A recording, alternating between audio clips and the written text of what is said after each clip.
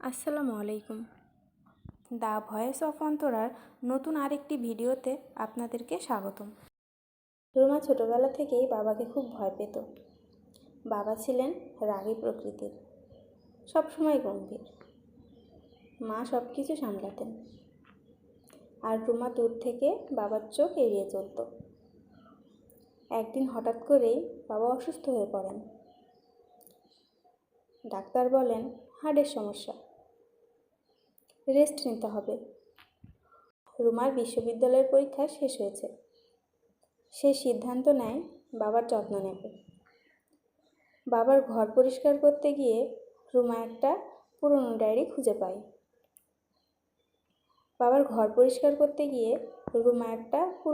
খুঁজে পায়। কৌতূহলবশত পাতা উল্টাতে থাকে। ডায়েরির পাতাগুলোতে শুধু একটাই নাম লেখা, রুমা। আজ রুমা হাঁটতে শিখেছে।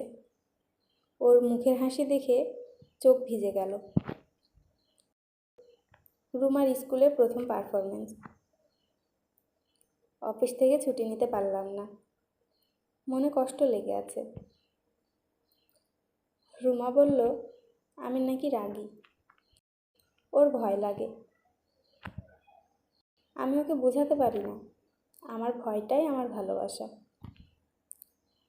ডায়েরির শেষ পাতায় লেখা, হয়তো কখনো রুমা এই লেখাটা পড়বে, জানবে আমি তাকে কতটা ভালোবাসি। রুমার চোখের কোণে জল চলে আসে। সে প্রথমবার বাবার পাশে বসে তার হাতটা ধরে। বাবা চোখ তুলে তাকান। দুজনের চোখে এক ভাষা, অভিমান ভাঙার, ভালোবাসা বোঝার।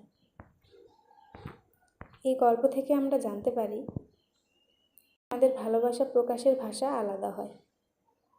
বুঝতে চেষ্টা করলেই সম্পর্কটা গভীর হয়ে ওঠে। আমার এই গল্পগুলো যদি আপনাদের ভালো লাগে তাহলে অবশ্যই কমেন্ট করে জানাবেন। আর এরকম আরও নতুন নতুন ভিডিও পেতে দ্য ভয়েস অফ অন্তরার ফেসবুক পেজ এবং ইউটিউব চ্যানেলটি সাবস্ক্রাইব করবেন। ধন্যবাদ সবাইকে।